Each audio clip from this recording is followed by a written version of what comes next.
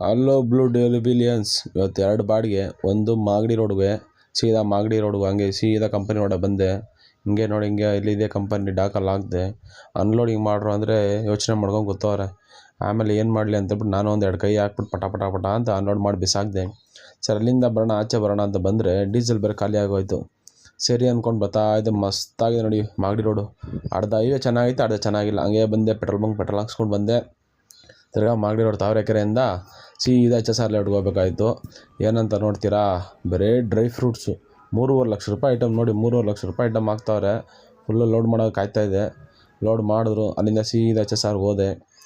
ಈ ಕಡೆ ರೋಡು ಚೆನ್ನಾಗಿದೆ ಅಂದ್ಕೊಂಡು ಹೋಯ್ತಾ ಇದ್ರೆ ಲಾಸ್ಟ್ ಕರೆಕ್ಟಾಗಿ 1.7 ಮೀಟ್ರ್ ಇತ್ತು. ಅದೇ 1.5 ಕಿಲೋಮೀಟ್ರ್ ಅಂದ್ಕೊಳ್ಳಿ. ಸಿಗಾಕೊಬಿಟ್ಟು ಟ್ರಾಫಿಕಲ್ಲಿ 3/4 ಅವರ್ಗುರು ಬೇಜಾರೇ ಆಗೋಯ್ತು. 1 ಕಿಲೋಮೀಟ್ರ್ ಆಮೇಲಿಂದ ಬಂದು ಅನ್ಲೋಡಂಗೆ ಆಯ್ತು. ಇವತ್ತು